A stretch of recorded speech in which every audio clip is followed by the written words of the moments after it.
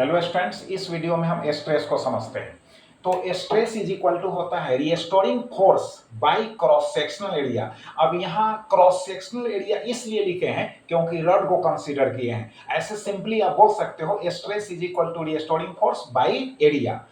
This is equal to F by A हो गया, dimension हो गया यहाँ पर फोर्स का M L T inverse 2, area का होता है एल पर पावर 2 हो गया। अब इसको सॉल्व किए तो हो गया M L inverse T inverse 2, ऐसा यूनिट हो गया न्यूटन बाई मीटर स्क्वायर, जिसको पास्कल भी कहते हैं।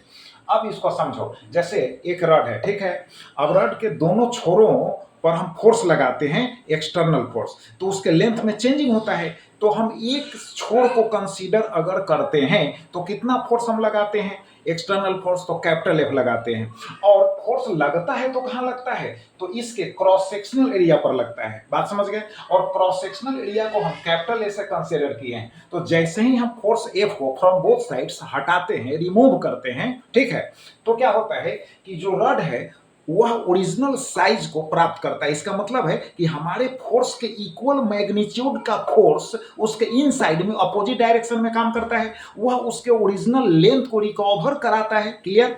तो उस, है ना, इंटरनल फोर्स को हम कहेंगे रिस्टोरिंग फोर्स। क्लियर हो गया। तो स्ट्रेस इज इक्वल टू हो गया रिस्टोरिंग फोर्स, अब बाई हो गया यहाँ पर, चूंकि रड है इसलिए क्रॉस सेक्शनल एरिया। क्लियर हो गया। यूनिट भी बदला चुके हैं, डायमेंशन भी बदला चुके हैं, तो स्ट्रेस क्लियर हो गया। अब नेक्स्ट वीडियो में हम टाइप्स ऑफ स्ट्रेस को समझेंगे। क्लियर। तो चलो इसको रिवाइज करो। Thank you.